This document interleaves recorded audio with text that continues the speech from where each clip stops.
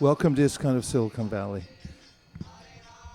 To those who have joined us here today and all those who have joined us online from various places around the world, thank you for tuning in. I first offer my respectful obeisances to my spiritual master, His Divine Grace, A.C. Bhaktivedanta Swami Prabhupada, and to all of you, because you are Vaishnavas and therefore the most worshipable in the three worlds. Hare Krishna. We're missing a row in the front. So we extracted the row back there, but we can, but we can, Hare Krishna, but we can add it in here if you don't mind, because it'll fill up. Sorry, just a little housekeeping. And also there's still a microphone.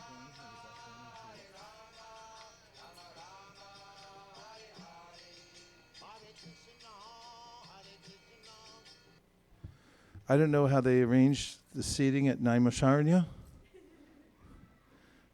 or when Shukadeva Goswami spoke, the Bhagavatam.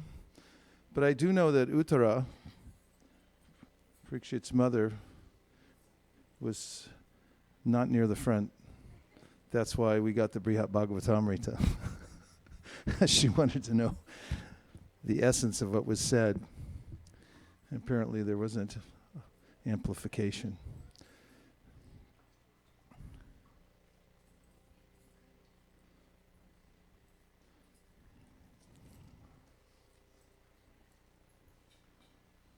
Is everybody comfortable?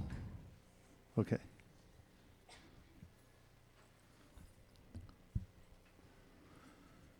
So what I've been noticing is that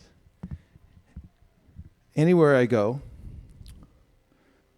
and everyone I meet, no matter what social, economic category people are from, everyone has some complaint.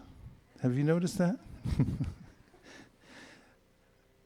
In the great search for finding out where comfort, happiness comes from, it's an interesting phenomenon to note, and that is that generally speaking, people feel uncomfortable in the world, and that there doesn't seem to be a material arrangement that will ameliorate that situation.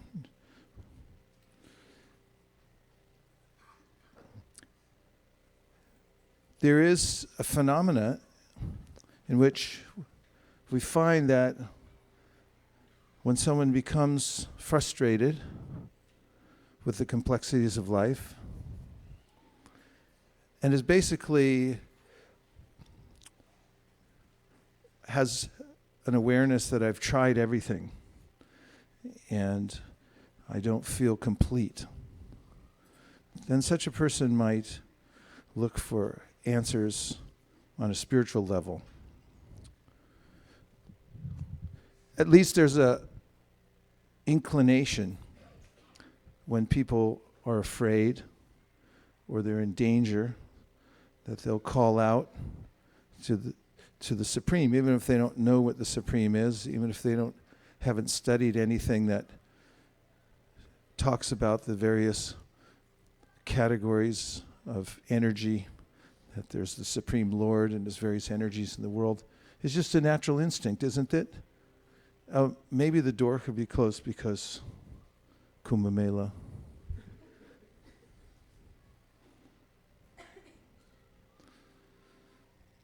So this is an important reflex, and it's especially there in human beings. And those who do develop an awareness that there must be more to life than this, even if they have a modicum of success in the material world, or especially if they do, people might begin to feel that I need something more to actually satisfy me. Does that seem possible? And of course, as I mentioned before, when people are in danger, they tend to call out to the Lord. There's an old saying that there are no atheists in foxholes, and that is that during wartime, when somebody's pinned down on the battlefield, even if they hadn't thought about it previously, when they're faced with being killed, possibly at any moment, then there's a tendency to start thinking about one's relationship with God and asking for protection. So this is actually considered to be a greatly fortunate situation, that one would have this inclination to call out to God. In fact, we find in the Srimad Bhagavatam, in the story of Gajendra, who's a famous devotee, who's an elephant, which makes it even more charming. Prahlad Maharaj remembered him when he was offering prayers to Lord Nrsingadev, and he said, Bhaktya tutosha bhagavan gajayutapaya. Prahlad was thinking, how do I approach the Supreme? Because Nrsingadev had appeared and no one quite knew what to do. Oftentimes when a great personality shows up, people get a little flustered. What to speak of if it's Nrsingadev.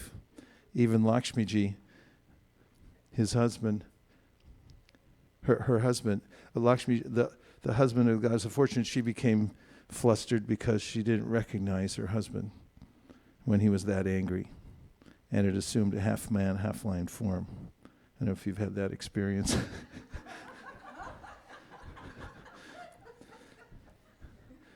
But Prahlad, being pure devotee, was asked by the demigods to pray or to appease the Lord through his prayers.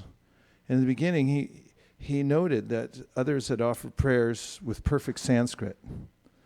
So these demigods are in the highest mode of nature, and they know how to pray. They know how to compose Sanskrit verses very well, and they've done it. But then he noted still the Lord's not satisfied. And then he thought of the animal, the elephant, Gajendra, and he said Gajendra was just sincere when he offered prayers. And bhaktya tutosha, because he had some bhakti.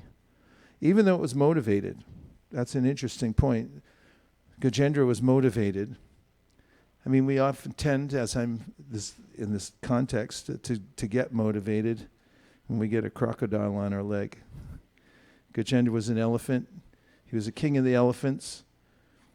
He had everything going for him, but when he went into the water to take a bath, he got captured by a crocodile who grabbed onto his leg and wouldn't let go.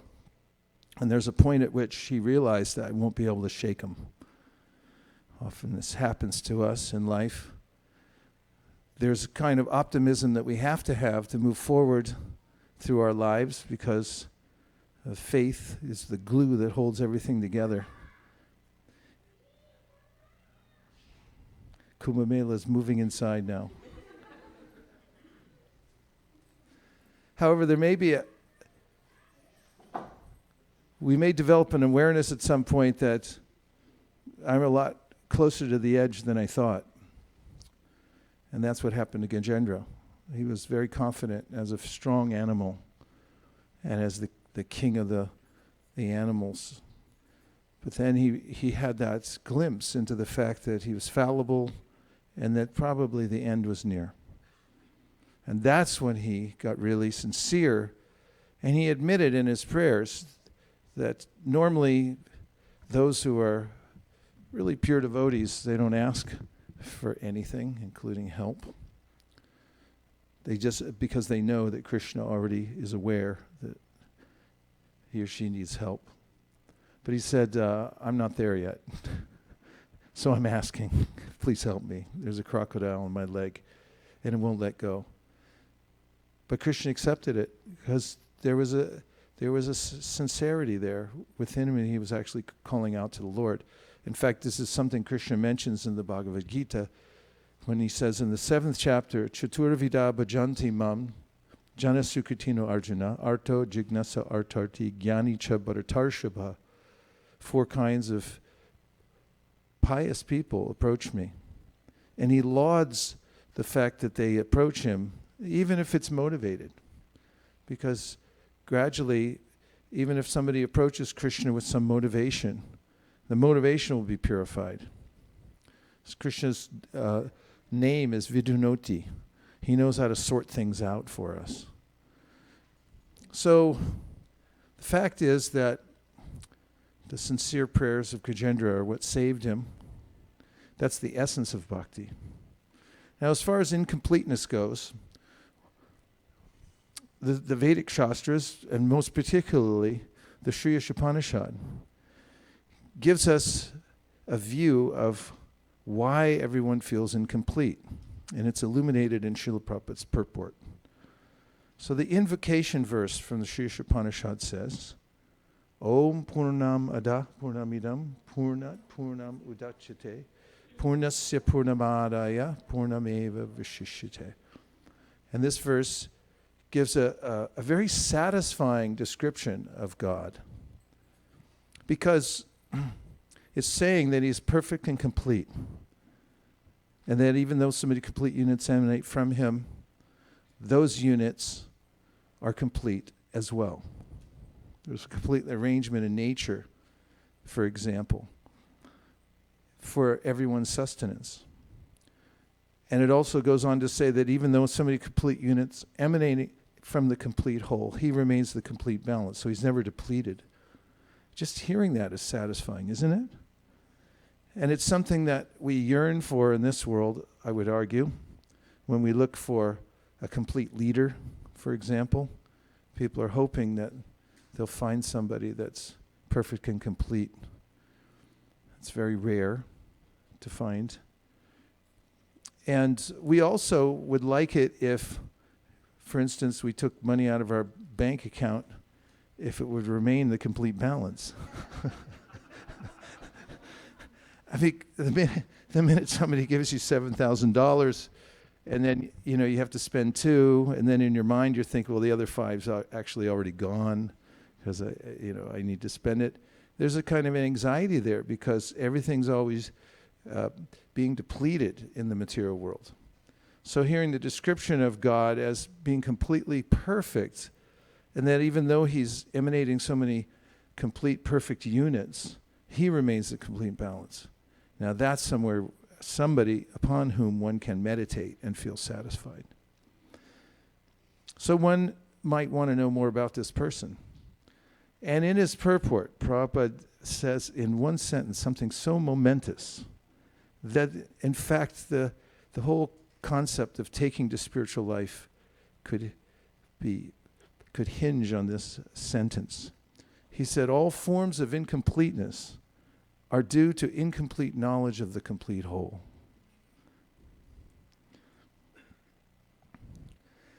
And this indicates that if we can simply become more aware of the person that's being described in this invocation mantra, Om Purnam Ada Purnamidam, even the language itself is very smooth and beautiful. Om Purnam Ada Purnam Idam Purnat Purnam Udachyate. It flows out like as if coming from a unlimited source. Even the verse itself feels good to meditate upon, to hear the sound. And the fact is that if I can get more complete knowledge of that complete whole, become more aware of him, then I'll feel complete myself. And this is really why I don't feel complete. Now, many spiritual personalities have pointed out that we are being maintained by the complete whole in ways that are very much obvious if we just look. For instance, as far as I've heard, Lord Jesus Christ said to his disciples that they should take time to observe the birds in the field. And if you take time to look, the other day I went down to the ocean with Mukaravind, and we were looking out at the sunset, and I was watching the birds, and I was thinking how amazing it was that they live outside. I mean, we have to go home. First of all, we have to build a house. That takes about a year.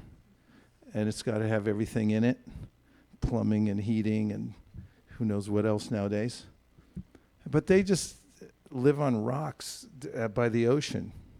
And there's a complete arrangement for them to eat whatever they need to eat. And they're given a defense system. It's naturally built in. Everything's there. And Chaitanya Mahaprabhu, after he took sannyas and started wandering with his disciples, asked them, "Did you bring anything?" And they said, "No, well, you didn't instruct us to bring anything." And he said, "Very good, because I want you to observe that the Lord has filled up the whole universe with food and wealth, but everybody can only get whatever the Lord has allotted to them."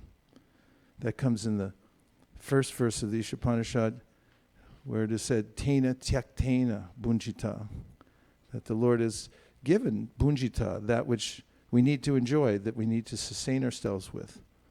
Naturally, set it aside. Every person, every living entity, he makes an arrangement for. And so Prabhupada points out many times, as did Srila Bhaktisiddhanta, that you can observe how it is that animals are taken care of very naturally by the hand of the Lord. Then why wouldn't human beings also? So all forms of incompleteness are experienced because of incomplete knowledge of the complete whole. So,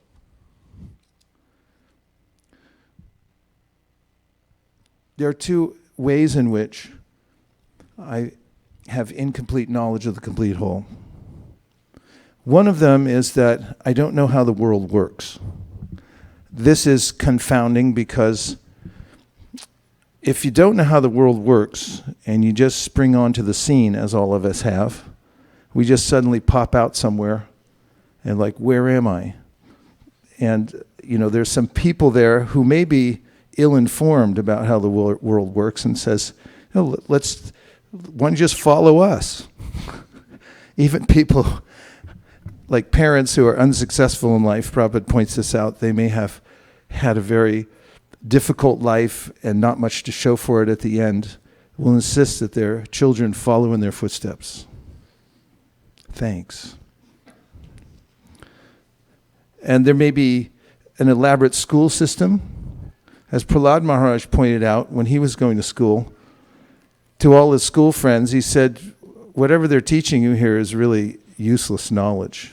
They're just filling your head with a bunch of ideas about how to become more divided and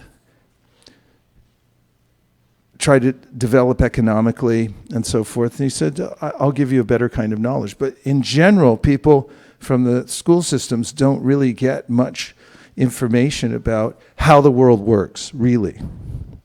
They get some idea generally nowadays, especially through vocational education, about how to be a better exploiter of the natural resources.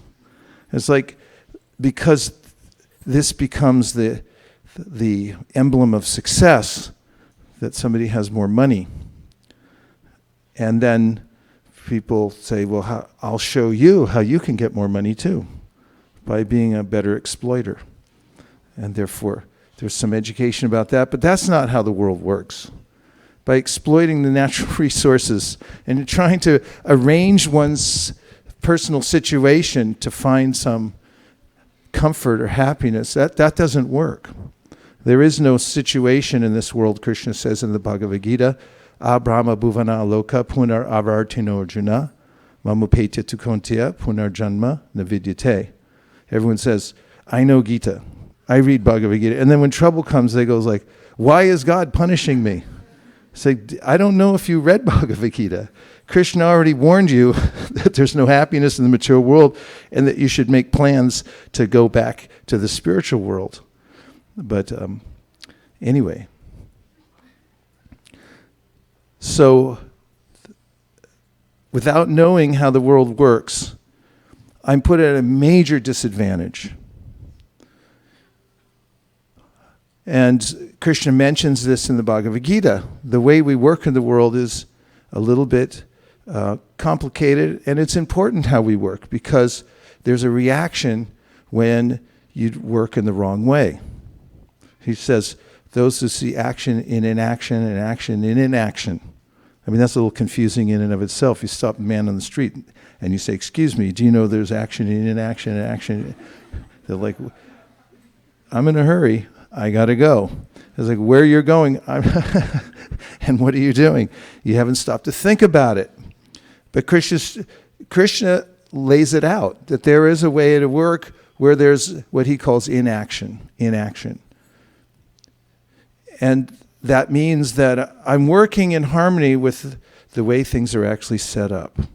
Prabhupada gave such commonsensical ways to understand this, and he would talk about how material nature is arranged in such a way that if you overeat, then you'll suffer. You may think, I'll eat more, but if you try it, then you'll suffer in many different ways. That's pretty simple. There are rules for how to work in the world. And if you learn what they are, if you get a complete knowledge of what the world is meant for in the first place and how the rules work, and you can work in that way, then Krishna says, Raga Dvesha Vimuktaistu Vishayan Indriyaishcharan Atmavashera Videyatma Prasadam Arigachati. There's a way in which if you learn how to properly follow the rules that have been chalked out by the Shastra, then you can actually make a spiritual advancement and be connected to the Supreme Whole. And today we were just reading, because we were taking our Bhaktivedanta exam. And we're reading about how there's Shastra and there's Shastra. So they both come from the same word. Shastra means the clear instructions given by the scriptures that one must follow in order to be happy and to be connected and to know how the world works, be connected to the Supreme Whole. And then the other word is Shastra, which means a weapon, like a sword. So either you're ruled by Shastra voluntarily, which is what the smartest of human beings do. They figure out what the Shastra says, and they say, I'll preemptively follow this before I'm induced to do so by the Shastra, or the weapon, which is apparent to anyone who's meddled in the material nature in a haphazard way. Anyone? Any reaction? Nothing to report? That's mercy, actually, that we get that instant feedback from material nature that's not right. That's why we suffer. So first thing is, in having complete knowledge of the complete whole, a very practical matter, which is appealing to human beings, because in the end, we're very practical kind of beings.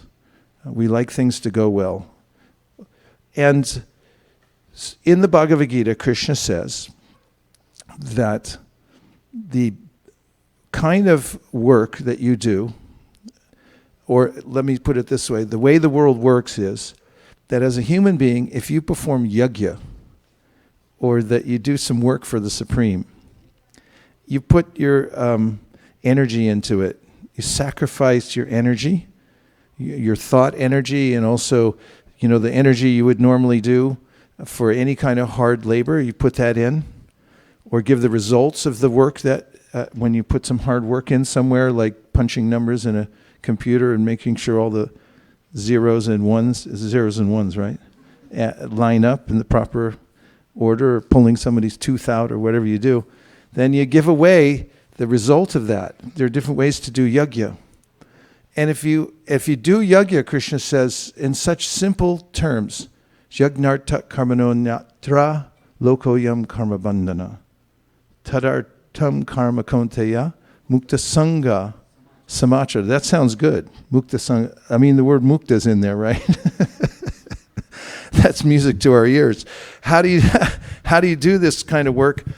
Well, find out how to work in such a way that you please the Supreme Personality of Godhead. That shouldn't be so difficult either, because as it turns out, it's really easy to please Krishna, and he brings this up in the Bhagavad Gita.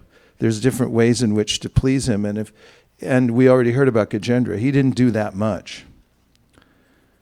But on the other side, if you try to please yourself, well, leave that aside for a minute. Try to please your family or your boss. There's never a point at which they're completely satisfied and can completely reciprocate with you. But Krishna can. So yajna is a good idea, and really that's how the world works. That's what human beings are built for. And when a human being decides that I'm going to do some work for the Supreme, whether it's body, mind, or words, then just thinking about it makes you satisfied. That's how powerful yajna is. And Krishna is known as yajna. That's one of his names. And it means that you direct your work towards the Supreme Personality of Godhead. That we can do. And if you organize your life around this principle, then you know how the world works. It's that simple. And it's mentioned in the Srimad Bhagavatam as an analogy. It says that when you water the root of a tree, all the leaves and branches become automatically satisfied. So similarly, when you do some work for the Supreme, then naturally all the aspects of your life become naturally nourished and satisfied. That's the first aspect of having complete knowledge of the complete whole. And a second aspect is knowing which things to be attached to and which things to be unattached to. Was that English? Okay. So this is a problem, because by nature we're active and we're attached. Does that seem right? Yes. Yeah. Krishna says in the Bhagavad Gita, Nahi kashchit shananampi jatu tishchat karma krit karyate hyavasha karma sarva prakriti jargunai. He says, living entities, you're always working. You never stop. Even when you go to sleep, your body's, parked and snoring away on idle, but you're inventing things, like a monster came over the wall and then it turned into my wife and then, whatever it is. The mind's constantly churning and combinations, permutations, and it's very creative. We'll bet it wasn't the other way around. It could have been. But the fact is that living entities are eternal, and even when they go into this state of susupti, which means suspended animation without sleep, the potential is still there, and it'll always be there eternally. And once they're put into a different circumstance, then again, all their desires spring forth. In fact, this is mentioned the way the universe is being churned constantly. This universe is being churned, by the way. Just keep that in mind. And one of my friends he's always looking at the world, and he notices things are changing, going sideways, which they always do, and he goes, the jagat is on the move. And so it's always changing, moving, and as described in the Srimad Bhagavatam, there's a way in which when creation takes place, the living entities come out of a kind of hibernation they've been in the body of Mahavishnu. And then Bhagavatam says, Asao gunamayer bhaver bhuta sukshmendriyatmani sa nirmiteshu nirvishto bhunkte bhuteshu tad gunan. And that means that Super Soul, Paramatma, who's very friendly with the living entity, reminds him, this is what you wanted before. This is the kind of work you were doing, and then revives that work and starts doing it again. So we don't stop working. And we also can't remain in a state of unattachment, because the nature of the conscious living entity is to be attached. And therefore, according to our philosophy, if someone tries to detach him or herself from the world, so to speak, means all the things in the world, he or she won't be successful for long. Aruya Krishna Paramharam Tata Patantyato Nadrita Yushmanangraya. The demigods praying to Lord Krishna within the womb. This is in Srimad Bhagavatam, 10th canto. Say that no matter what kind of relief you think you got from the material nature, even by backing off from it completely and remaining completely still and somehow or other quelling all your desires, it won't last. Because the nature of the soul is that it wants enjoyment. And enjoyment comes from variety, not from a homogeneous experience of oneness. And therefore, even if you get some sort of situation in which you get some relief from the material nature, you'll have to go back. Just like if you go on strike from your work. You may be on strike, you may not be working, but sooner or later you're going to have to go back to work somewhere. That's the nature of the living entity. So, what to become attached to? This is the great boon given by Sri Chaitanya Mahaprabhu.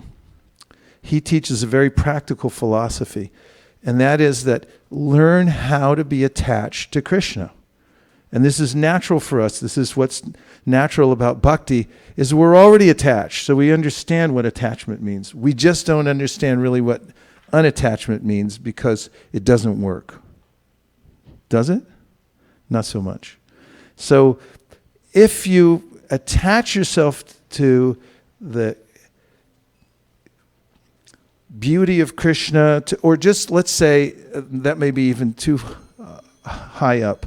If you just get attached to the lifestyle of Krishna consciousness and the association of devotees, or maybe prasadam might be a good place to start.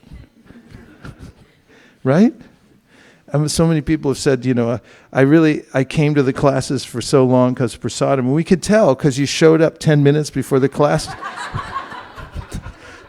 That's how it works. If we do a study, we could see that there's a graph that shows how the room fills up as it gets closer to prasadam. And this is the great benefit of bhakti, that it's a world full of spiritual sense gratification. And if you can learn to become attached to the right kind of sense gratification, which is very reasonable, then you've really got something. And what goes along with that is the fact that it's so, imagine beneficial sense gratification. We're so used to you can't eat that because there's going to be a result. What's the result going to be? Oh, you get fat, or or whatever it is. What? You fall sick. Oh, you fall sick. Yeah. Yeah, could be. So, yeah, feel free.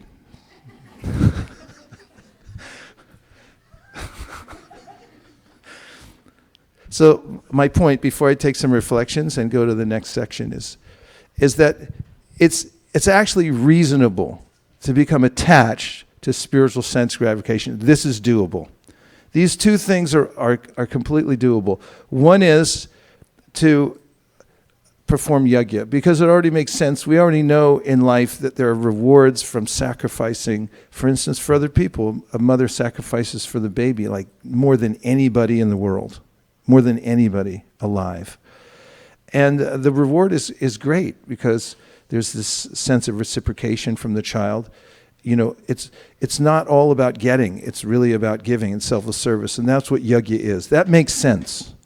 And you could sell that anywhere. In fact, I read a survey of students in Canada who were asked, and there was about 20,000 of them, is it better to give or receive? And almost all of them said it's better to give than to receive. And so there's this natural sense we have that we grow by giving, and that's yajna. And then the other point is that we like sense gratification, we don't want to give it up, but just make sure that it's spiritual. And so how does that work? It means that first offer it to Krishna. Is that so hard? No. So whatever we take, make as an offering to Krishna first. Then the whole process becomes spiritualized.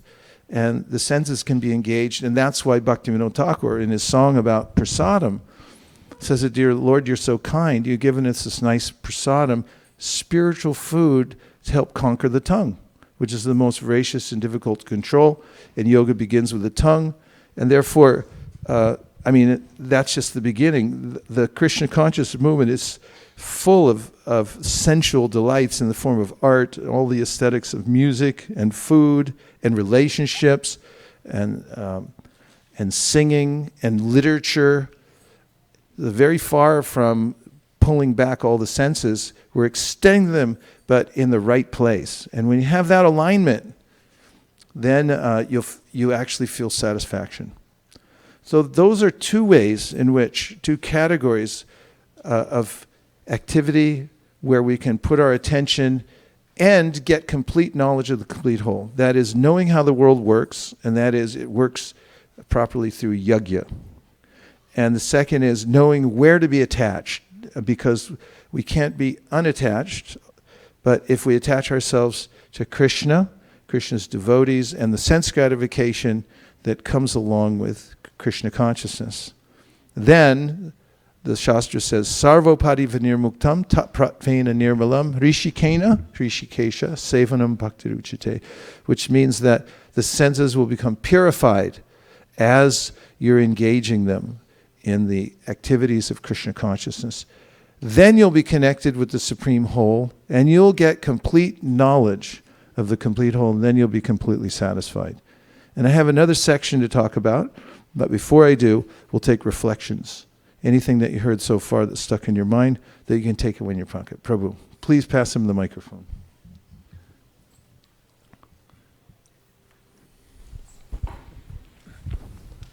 Krishna, Haribol. Hare Krishna. I was noting earlier in your talk, you were mentioning how when someone is in difficulty, they call out to God. And I was reminded of a story of George Harrison when he was on a flight returning from India, and the aircraft entered so much turbulence for a time, and everyone that was on the plane, they pulled out their little picture of Vishnu or Ganesh or Krishna, and they were chanting like anything. And then the plane left the turbulence and was flying smoothly, and then they put all those things away. And the drinks came back out again. Yeah, this is also, we heard it on our test today about smashana vairagya. This means the detachment that you get in the crematorium. So it's actually really shocking if you go to a funeral pyre and you watch the bodies being burned. Because, even bringing it up is a little shocking. But when you do that, then suddenly you're propelled into another realm of realizing how temporary the world is, how the body really is temporary and stuff like that. But it's so easy to slide back into the natural course of Maya after 3 days, I think is the prescribed amount of time. And then you go back. Thank you, Prabhu, and welcome. Other reflections?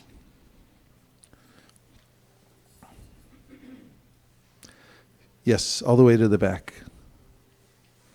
Straight back to the picture. Just pass the mic back. You'll get there.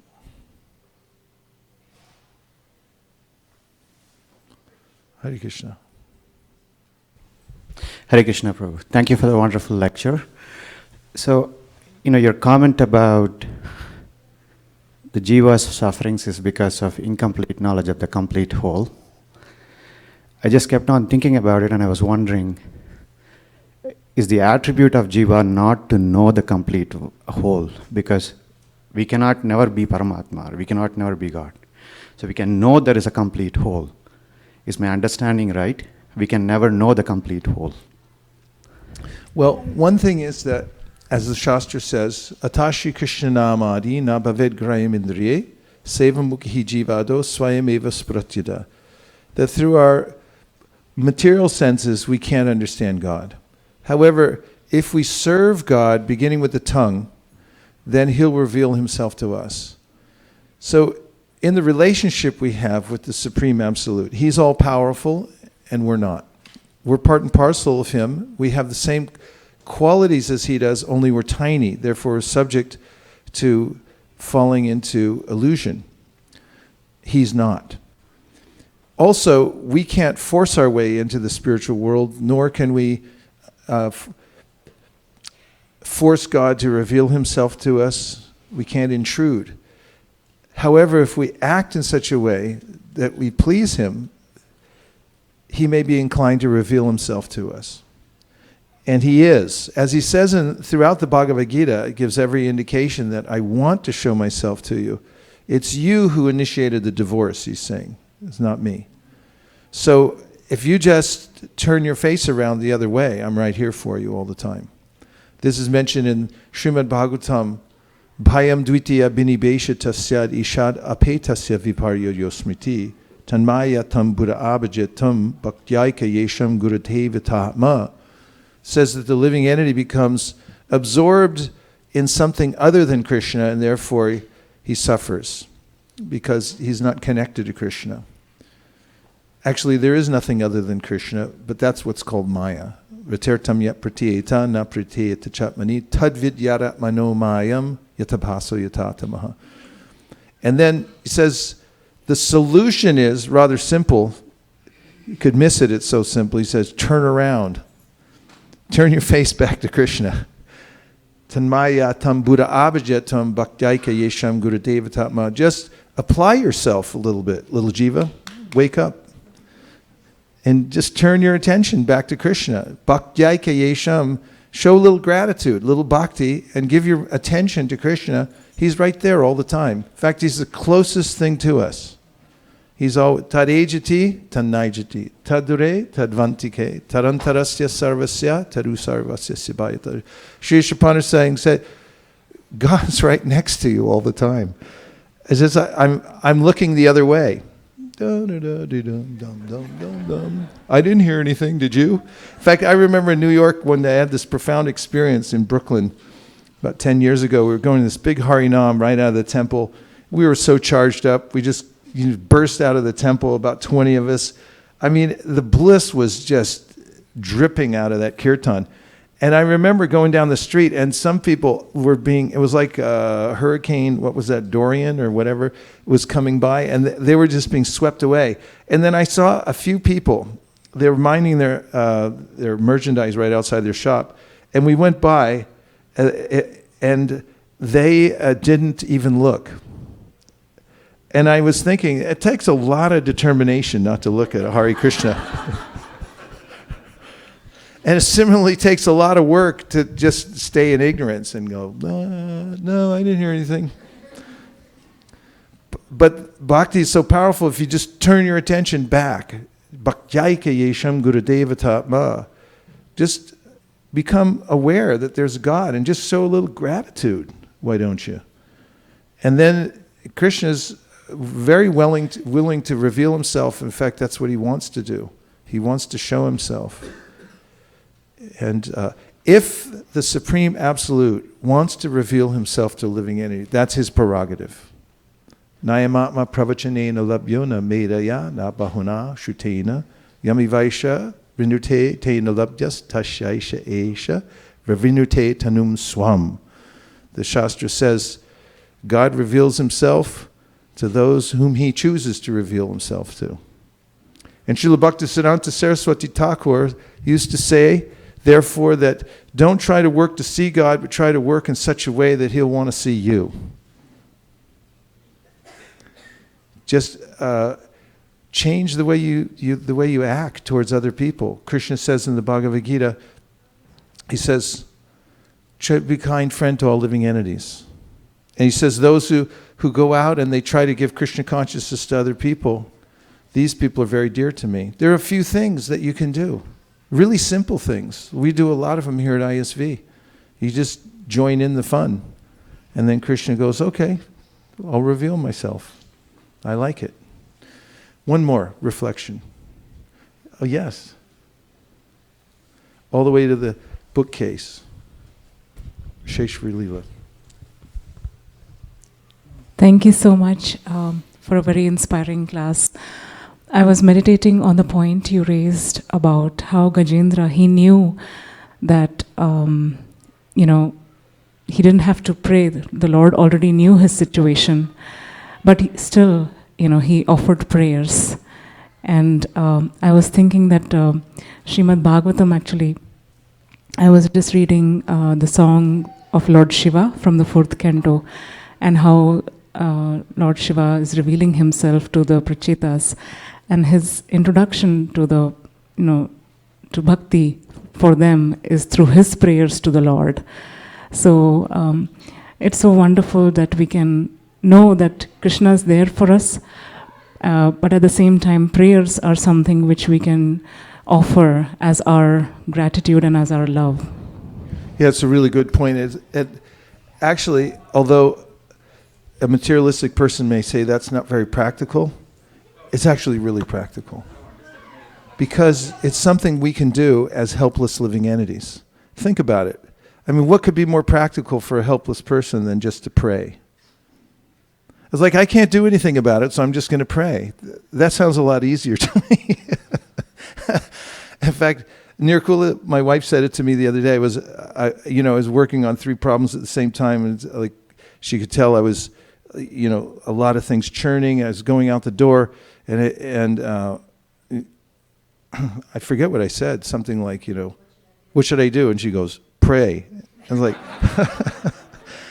and like that actually works for me, because I can't figure out even one thing at a time, what to speak of 3, and how it's going to work, and how people are going to change their mind and to go the other way. It's like, what can I do about that? And so when you're involved in anything in this world, you'll notice that things go sideways. You can't do anything about it. So it's very natural and very practical just to start praying and say, Krishna, I don't know what to do, but you do. So I'm just going to let you do it. In fact, I read the other day in the Bhagavatam, Prabhupada said that the best way to fulfill all your desires is to surrender to Krishna. That was very reassuring, because if you want to fulfill all your desires and you think, okay, well, who wouldn't want to do that? Then just surrender to Krishna. Now here's a couple more points, and then we'll have a kirtan. And there's one from online first. Microphone, good. So this is from Sri Avirhotra Prabhu from Texas. Hare Krishna, Sri Avirhotra Prabhu. Thank you, Maharaj. I'm reminded of the story of Radha Rani and her inattention to the offenses in order to please Krishna for 1 second. She was not worried about her destiny from offenses, only in pleasing Krishna. As you stated, the feeling of satisfaction in serving and pleasing the Lord is the most real and pure feeling that we can have. Even in doing what little or insignificant thing that we can is an experience that we cannot find anywhere else. Thank you, Sri Avirhotra Prabhu. You gave us the seeds of a thesis paper. But there's a very nice point about the Vrindavan mood. There's a story about how Narada Muni came to Krishna and who said, I have a headache, and I have only one way that I can cure the headache, and that's I need the dust from the lotus feet of my devotees. So Narada went around and he started asking devotees that I need some dust from your feet. And devotees won't do that anyway, but they said, what for anyway? It's for Krishna. And they said, well, definitely not. And no one would give. So then Narada went back to Krishna and said, no one's giving. He said, go ask the gopis. And when he went to the gopis in Vrindavan, they immediately, when they heard what the situation was, it'll cure Krishna's headache, they gave the dust. And he said, but everyone else said no, because they said, this is a big offense, we'll all go to hell. And they said, well, we don't care. We care that Krishna's headache will go away. Who cares if we go to hell? And this is something that our acharyas have brought up previously to indicate the mood. Of course, not that we're eager to go to hell or make offenses, but the spirit of the story is that there's a way in which the devotees are mainly concerned with how to please Krishna. And when that's there, that's really the mood of Vrindavan. A couple more practical points after Bali Maharaj, Bali Prabhu. Someday, Bali Maharaj will. It's a Freudian slip. Okay, go ahead. Hare Krishna, Prabhuji. So, I would just like to know, give some 2 tips or some advice in Kartik, because you'll be performing your devotional service in Vrindavan Dham for us here to meditate on these things. Yes, one year I was asked when I got to Vrindavan to give a talk to usher in the Kartik season in Vrindavan. I did a lot of research, well, a little, on the Kartik Mahatmya. And lo and behold, the most important thing that you can do for Kartik is to offer a lamp once a day.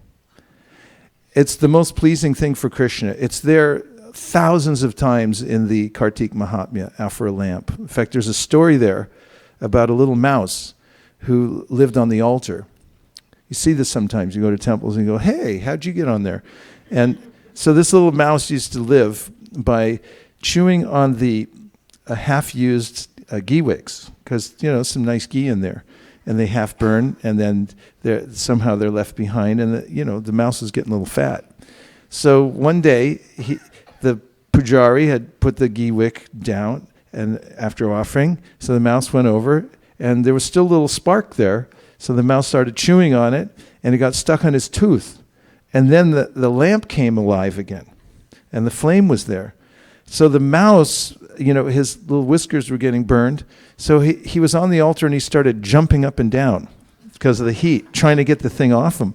And Lord Narayan was standing there, and he's watching this mouse, and it's during Kartik, and he's going, oh, he's offering me a lamp. So then, in his next life, he became a very exalted Brahmana Vaishnav, and in the life after that, he went back to Godhead. So there are many instances like this in the Kartik Mahatmya. And what's very charming about this is, there's so many sacrifices that you can do. You can do Chaturmasya, which is a really onerous kind of sacrifice that all brahmacharis at some time like to try. One of the sacrifices is that you eat once a day, but that's not it. You eat only what's called havishan. It's mung and rice cooked together with no spices, no salt. That's not it either. You put it on the floor, you get on your knees, you put your hands behind your back, and you eat off the floor this havishan, and you can only eat as much once a day as you can do while your head's down in the mush. There are other things too, but that's as if that wasn't enough. There's all kinds of things. These are mostly karmakanda type of things.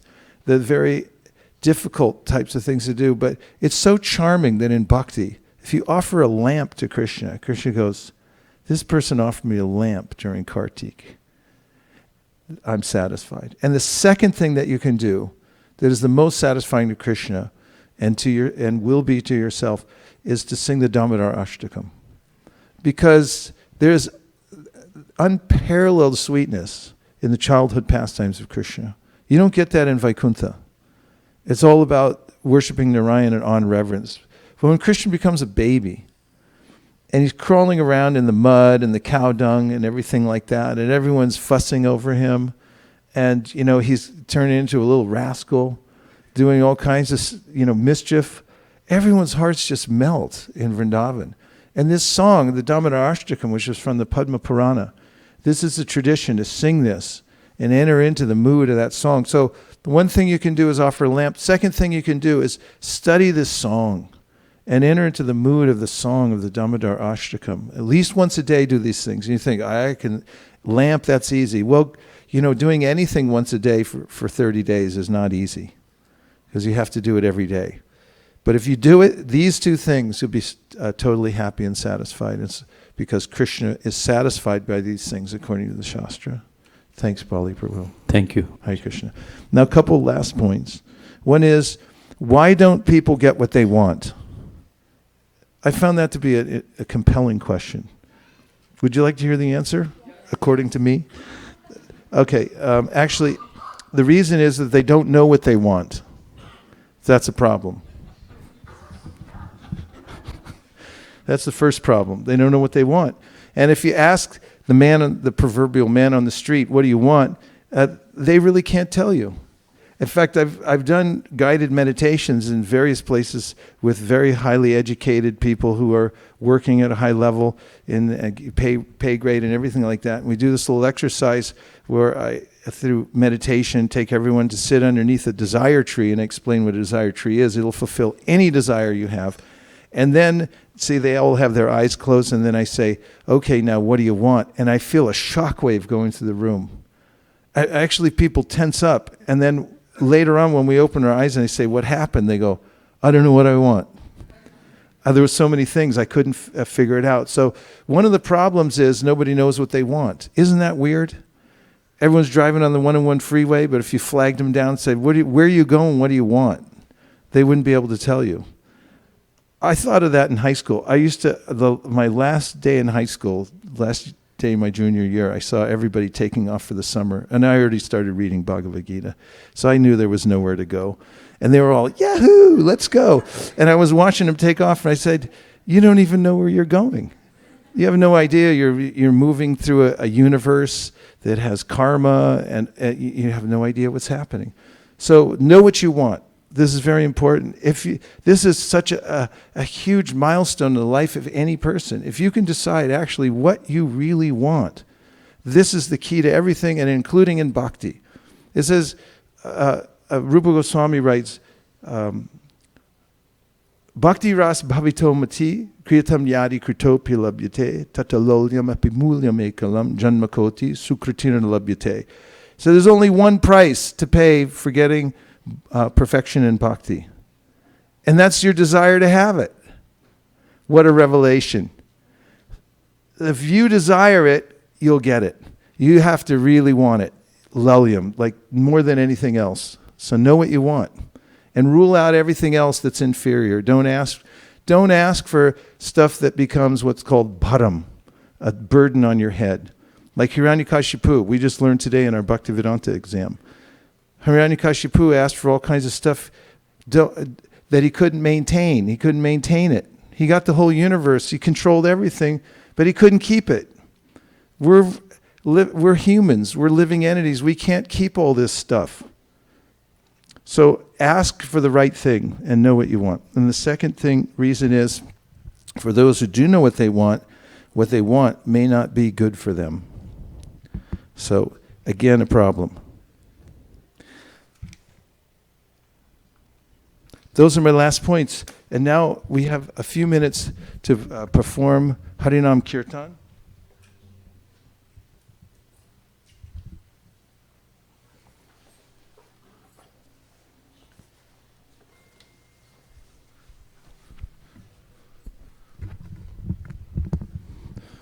And a special thanks to everybody here at ISV who is working hard to maintain this center.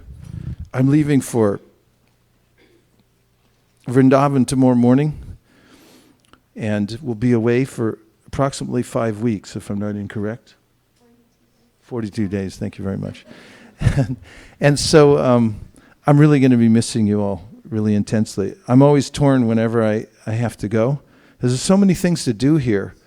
I mean, there are unlimited projects to expand and meetings to hold where we can expand things. But it's really helpful to me to take 1 month just to read Bhagavatam exclusively all day, every day, as long as possible, so that I can hopefully add a few points to the team when I come back. That's my intention. So please don't mind my taking off. And please cooperate, take care of each other.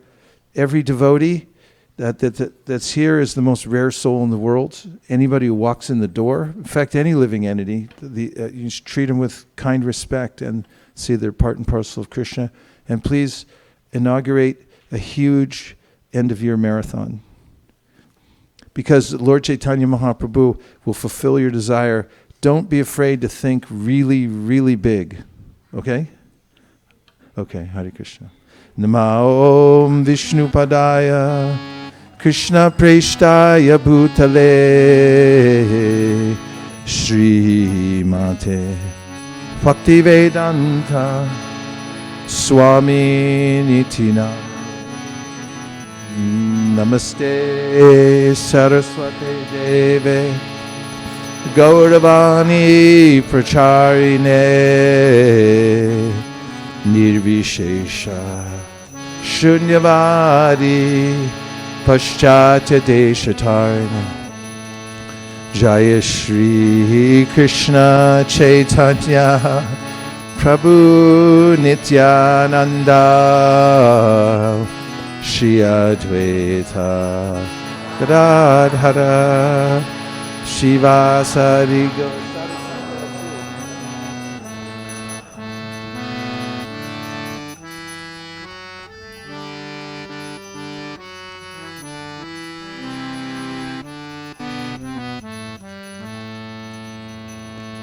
Hare Krishna Krishna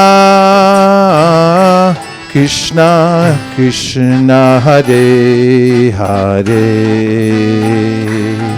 Hare Rama Rama Rama Rama Hare Hare.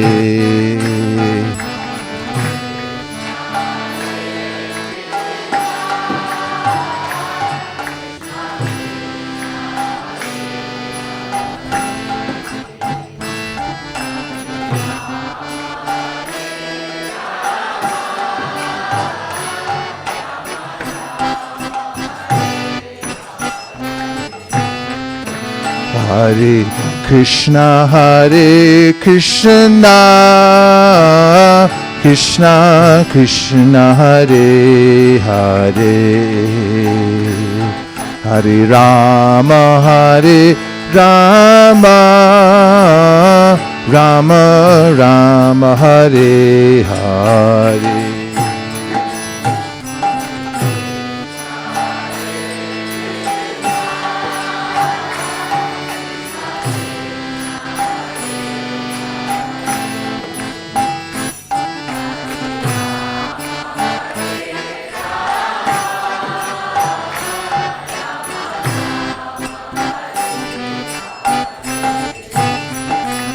Hare Krishna Krishna Krishna Hare Hare Hare Rama Rama Rama Rama Hare Hare.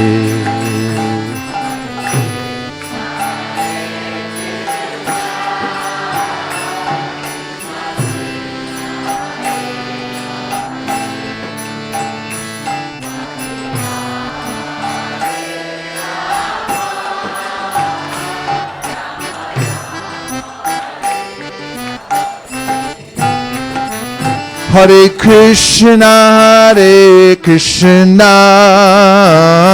Krishna Krishna Hare Hare Hare Rama Rama Rama Rama Hare Hare.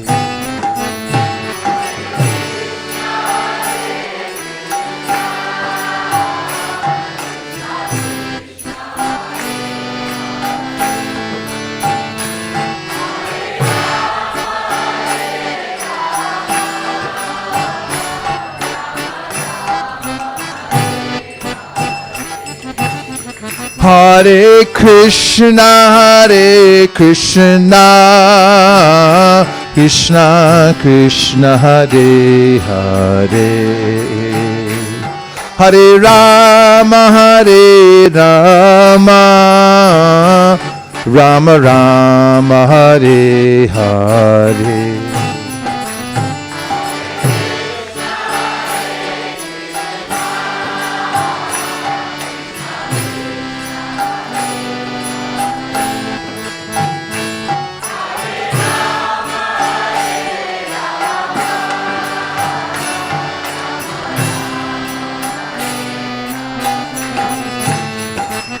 Hare Krishna Krishna Krishna Hare Hare Hare Rama, Rama Rama, Hare Hare.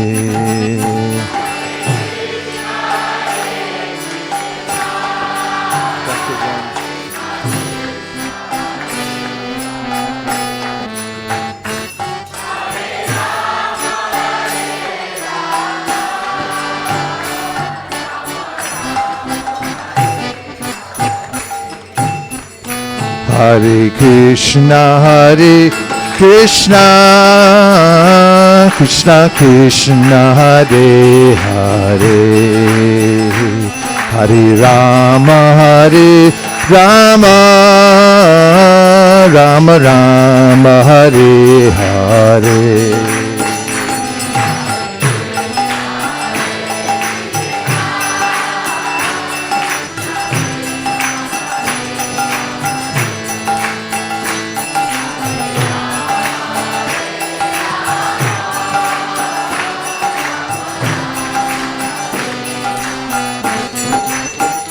Hare Krishna,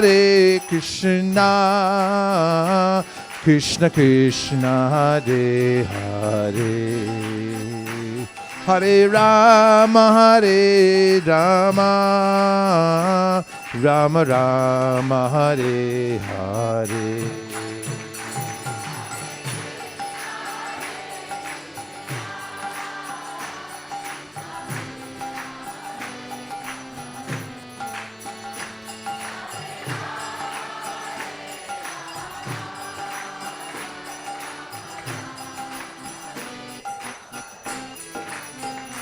Hare Krishna,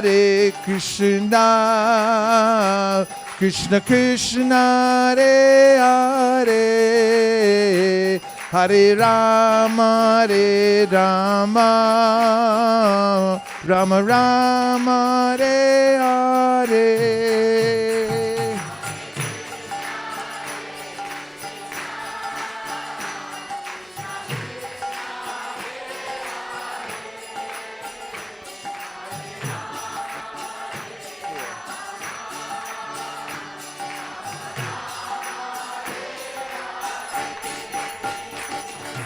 Hare Krishna, Krishna Krishna, Hare Hare, Hare Rama, Rama Rama, Hare Hare.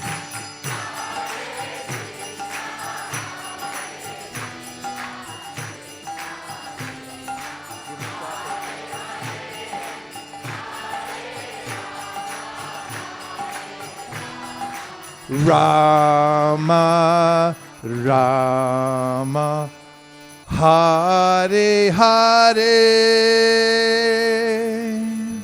Thank you very much, everyone, for coming. And now we're going to open up the dance floor. We've chose this place specifically because of this floor. It's a wooden floor, and some tree, or many trees, gave up their lives for this. But it's not for naught. It's actually for their benefit, the devotees dancing. So do the trees a favor tonight and really dance on this floor. It was made for dancing before the Lord. So we'll move all the asanas to the back. We'll roll up this rug. We'll give you plenty of room. And please dance to please the Supreme Personality of God.